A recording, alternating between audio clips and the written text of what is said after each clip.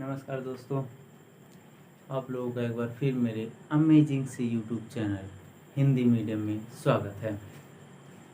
तो देखिए, जैसा कि आप लोग जानते हैं, हम लोग इलेक्ट्रोस्टैटिक्स यानी कि स्थिर वैद्युतिकी पढ़ रहे हैं। ठीक है, स्थिर वैद्युतिकी का मतलब होता है स्थिर होना, किसका?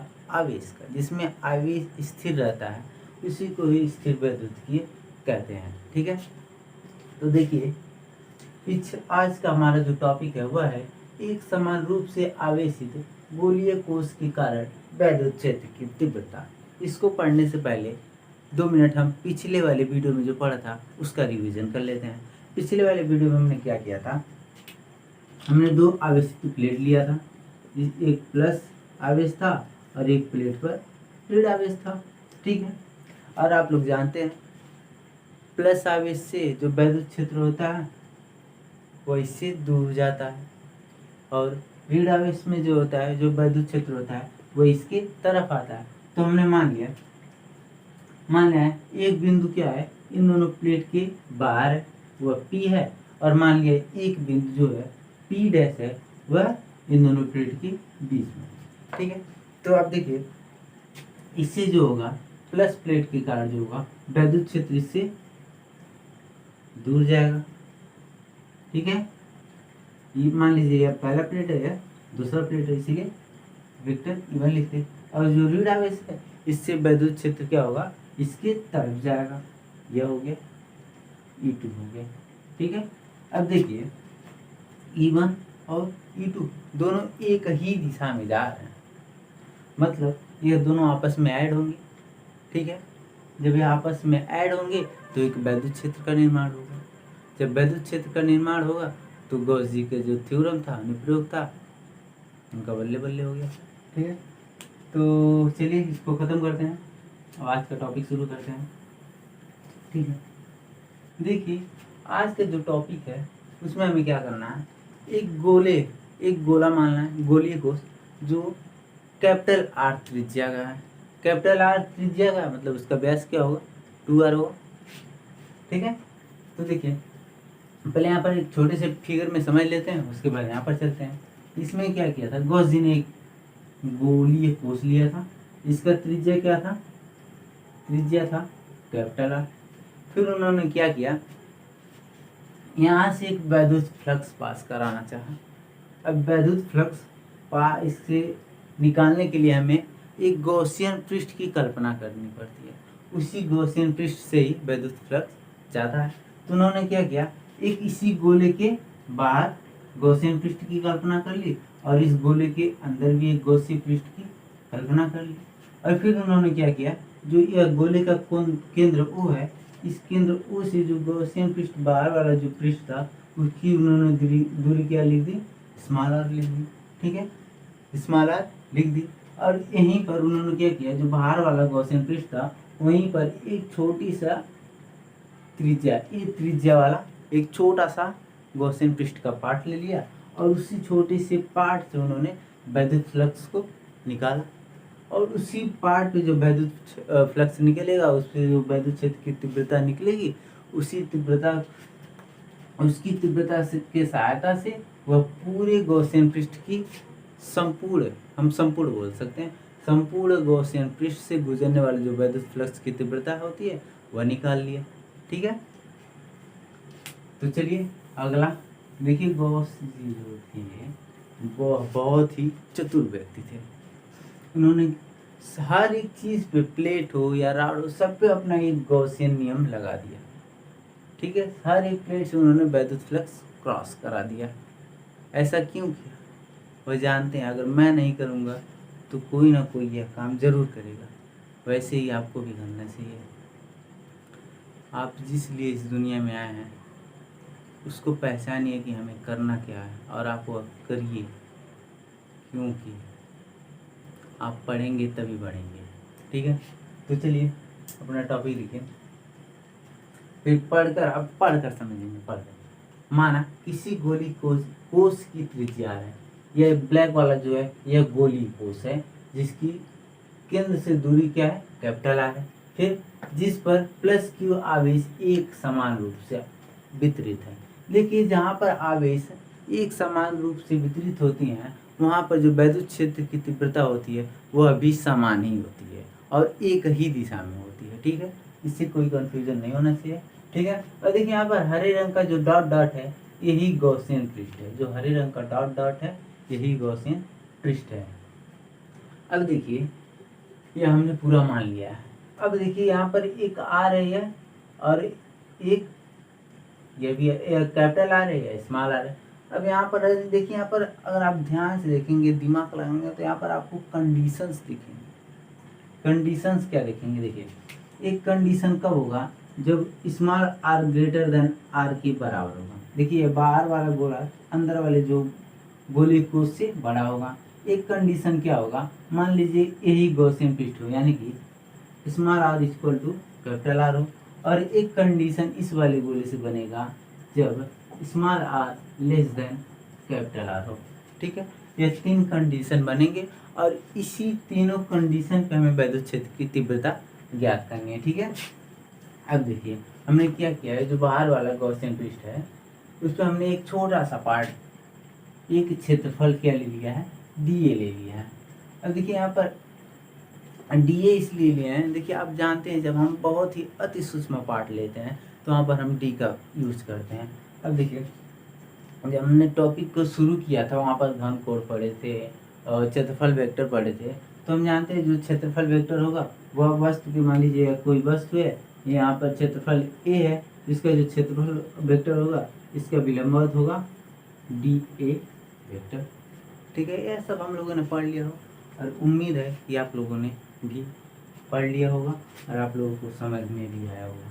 ठीक है, अब देखिए यहाँ पर अविलंबवत डी हो गया, यही पॉइंट पी है। इसी गॉसियन पृष्ठ के एक पॉइंट पी पर हमें वैद्युत क्षेत्र की तीव्रता ज्ञात करनी है। तो यहाँ पर देखिए वैद्युत क्षेत्र जो होगा इसका विलंबवत बाहर की होगा और ये होगा डी ए वेक्टर, जो क्या है? एक क्षेत्रफल है इस छोटे से पार्ट का। अब देखिए ये दोनों एक दूसरे के परपेंडिकुलर हैं, एक दूसरे के ऐसे समांतर निकलते चले जा रहे हैं, समांतर निकलते चले जा रहे हैं। तो यहाँ पर देखिए जो कोई कोण नहीं बन रहा है, मतलब यहाँ पर कोण क्या है? 0 डिग्री है। ठीक है, तो यहाँ पर हम पहले लिखेंगे क्षेत्रफल अवयव है। अवयव मतलब वस्तु, इस क्षेत्रफल अवयव छोटे से पार्ट के लिए वैद्युत क्षेत्र की तीव्रता, गुजरने वाला वैद्युत क्षेत्र, वैद्युत फ्लक्स क्या होगा? देखिए लिखेंगे अतः क्षेत्रफल डीए से गुजरने वाला वैद्युत फ्लक्स। ठीक है, वैद्युत फ्लक्स क्या होगा? देखिए हमने एक छोटा सा पार्ट लिया है डी ए वेक्टर, तो वैद्युत फ्लक्स भी छोटा ही होगा, डी फाई ई। ई क्यों? क्योंकि वैद्युत क्षेत्र है। क्या होगा? डी फाई ई होगा, और ये हम लोग जानते हैं E vector dot D A vector, E vector dot D vector होगा। ठीक है, यहाँ से देखिए आप लोगों ने क्लास 11th पे पढ़ा होगा, जब इसका मल्टीप्लाई होगा तो वेक्टर हट जाएगा, ये हो जाएगा डी ए कॉस 0 डिग्री। ये भी आप जानते हैं कहाँ से कॉस 0 डिग्री आया, ये सब आप लोगों ने पढ़ रखा है। कॉस 0 डिग्री की वैल्यू होती है 1, तो यहाँ पर आ गया E into d A d phi E. यह आया एक छोटे से पार्ट के लिए वैद्युत क्षेत्र की तीव्रता। अब हम निकालेंगे इस पूरे गॉसियन पृष्ठ पर वैद्युत क्षेत्र की तीव्रता क्या होगी। ठीक है, अब यहाँ पर लिखेंगे अतः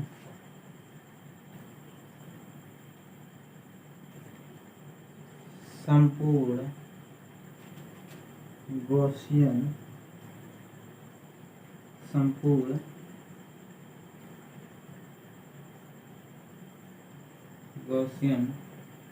पृष्ठ से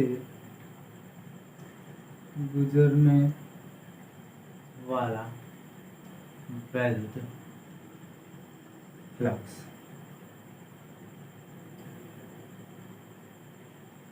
देखिए डी इसके लिए वैद्युत से आया, तो संपूर्ण के लिए हम इंटीग्रल का यूज करें, समाकलन। समाकलन मान सबका हमें आकलन करना है। मीन्स यहाँ होगा फाई ई, समाकलन होगा E vector dot D vector. ठीक है, अब देखिए समाकलन ई डॉट डी हो जाएगा, फिर आगे क्या होगा, ई कांस्टेंट वैल्यू बाहर आ जाएगा, ई इंटीग्रल ऑफ डी। अब देखिए यह गोला है और जो क्षेत्रफल है वह गोले के पृष्ठ पर है, तो हम बोल सकते हैं इसको हम क्या बोल सकते हैं, एरिया है ना। तो गोले का पृष्ठ क्षेत्रफल क्या होता है, गोले का पृष्ठ बोलिए या पृष्ठीय बोलिए, कोई फर्क नहीं पड़ता। तो गोले का जो पृष्ठीय क्षेत्रफल होता है, यहाँ पर हम लिखेंगे ए बराबर 4 पाई आर स्क्वायर रखने पर। क्यों, यह होता है गोले का पृष्ठीय क्षेत्र 4 पाई आर स्क्वायर। देखिए हमने स्मॉल आर क्यों लिया है, क्योंकि इसकी दूरी क्या है, स्मॉल आर है। अगर हम इस पर निकालते हैं तो यहाँ पर हम कैपिटल आर का यूज करते हैं। ठीक है, तो देखिए इसकी वैल्यू यहाँ पर पुट कर देंगे तो आएगा E into 4 pi r square. देखिए ये सब कांस्टेंट वैल्यू है तो इसका इंटीग्रल नहीं होगा, सब बाहर हो जाएगा, ये आ गया 5। अब हमें निकालना है वैद्युत क्षेत्र की तीव्रता। तो वैद्युत क्षेत्र की तीव्रता हम कैसे नहीं निकाल सकते हैं जब तक यह फाई को हम हटा ना सकें। तो इसका आप स्क्रीनशॉट ले लीजिए, तो हम आगे बढ़ते हैं। देखिए यहाँ पर वैल्यू क्या निकली है, पाई ई बराबर निकला है E into 4 pi r square. ठीक है, हमें क्या चाहिए, वैद्युत क्षेत्र की तीव्रता चाहिए। तो वैद्युत क्षेत्र की तीव्रता लेने के लिए हमें इसकी जगह पर हमें क्या, गॉस की प्रमेय का यूज करना पड़ेगा। तो यहाँ पे लिखेंगे गॉस की प्रमेय से, गॉस की प्रमेय से क्या है, जो फाई ई बराबर होता है क्यू बाई एप्सिलॉन नॉट होता है। इसी को हम यहाँ पर इसके जगह पर पुट कर दीजिए, क्यू बराबर epsilon naught E into 4 pi r square. अब देखिए हमें यह चाहिए तो इसको यहाँ पर ला दीजिए, तो यह हो जाएगा 1/4 पाई एप्सिलॉन नॉट, मतलब ई आएगा 1/4 pi r square q by epsilon naught. यह आपका इक्वेशन नंबर फर्स्ट निकल कर आ गया है। यह कब होगा, यह तब होगा जब इस आवेश का कोई पृष्ठ घनत्व तो नहीं होगा। अब पढ़ लें, अब पढ़ेंगे यदि आवेश का पृष्ठ घनत्व हो तब क्या होगा। देखिए आवेश का पृष्ठ घनत्व तो कहाँ पर होगा, इस गोलीय कोश पर होगा, न कि इस गॉसियन पृष्ठ पर, गोलीय कोश पर होगा। जब गोलीय कोश पर होगा तो हम आर का जो आर की वैल्यू क्या लेंगे, कैपिटल आर लेंगे। स्मॉल आर लेंगे तो हमारा वैल्यू गलत हो जाएगा। ठीक है, तो आगे बढ़ते हैं। यदि इस गोलीय कोश का पृष्ठ घनत्व क्या हो, सिग्मा हो, तब देखिए क्या होता है, सिग्मा बराबर होता है Q इंटू ए। ठीक है, अब देखिए अब इसको हम कैसे वैल्यू को पुट करेंगे। देखिए अब इक्वेशन नंबर फर्स्ट पे इन तीनों में से देखिए क्या चीज़ दिया है, केवल Q दिया है और कोई वैल्यू नहीं है, तो हमें Q चाहिए। तो Q लेने के लिए क्या करेंगे, Q square to sigma into A. अब देखिए फिर ए आ गया, ए माने गोलीय पृष्ठ का क्षेत्रफल। गोलीय पृष्ठ का क्षेत्रफल होता है 4 पाई आर स्क्वायर। तो यहाँ पर आर की वैल्यू क्या होगी, कैपिटल आर होगी। लिखेंगे A equal to 4 pi r square लेने पर क्या होगा, आएगा Q is equal to sigma into 4 pi r square. इस वैल्यू को समीकरण 1 में पुट कर दीजिए, आपका गोलीय कोश के बाहर जो वैद्युत क्षेत्र की तीव्रता होगी वह निकल कर आ जाएगी। गोलीय कोश के बाहर मतलब small r greater than capital R, यह हो गया। ठीक है, तो इसको पुट कर देंगे तो आएगा E is equal to 1/4 pi r square into sigma into 4 pi r square divided by epsilon. देखिए अब क्या क्या कर रहा है, 4 पाई कैंसिल हो गया, तो आया क्या, E is equal to sigma into epsilon naught r square by small r square. यह आपका इक्वेशन नंबर सेकेंड आ गया। ठीक है, इक्वेशन नंबर सेकेंड, इसका स्क्रीनशॉट ले सकते। देखिए दोस्तों, अब हम कंडीशन नंबर सेकंड पढ़ेंगे। कब, जब गोलीय कोश के पृष्ठ पर स्थित हो। क्या गोली, जो बिंदु P है वह इस गोलीय कोश के पृष्ठ पर स्थित हो, तब क्या होगा, तब small r equal to capital R हो जाएगा। तो हम समीकरण 1 और 2 में क्या करना है, बस स्मॉल r की जगह पर कैपिटल R पुट कर देंगे ना, तो जो इक्वेशन आएगा वही हमारा फार्मूला होगा। तो देखिए समीकरण 1 से, समीकरण 1 में क्या था, E equal to 1/4 pi epsilon naught Q by small r square था। बस इसी के जगह पर हमें कैपिटल R पुट कर देना है, 1/4 pi epsilon naught Q by r square. ये हमारा पहला फार्मूला होगा। सेकेंड, समीकरण 2 से, समीकरण 2 से क्या होगा, देखिए E is equal to sigma upon epsilon naught capital R square divided by small r square. बस इसके जगह पर हमें पुट कर देना capital R, sigma upon epsilon naught capital R square by capital R square. ये दोनों कट जाएगा, तो जो E आएगा वो आएगा सिग्मा अपान एप्सिलॉन नॉट। ये हमारा कंडीशन नंबर सेकंड के लिए इक्वेशन हो जाएगा। और कंडीशन नंबर थर्ड के लिए जो वैद्युत क्षेत्र की तीव्रता होगी वह 0 होगी। क्यों, देखिए condition number second, small r less than capital R। देखिए इसमें जो इस जो गोलीय पृष्ठ है इसके अंदर कोई आवेश नहीं है, इसमें कोई आवेश ही नहीं है, तो वैद्युत क्षेत्र भी नहीं होगा।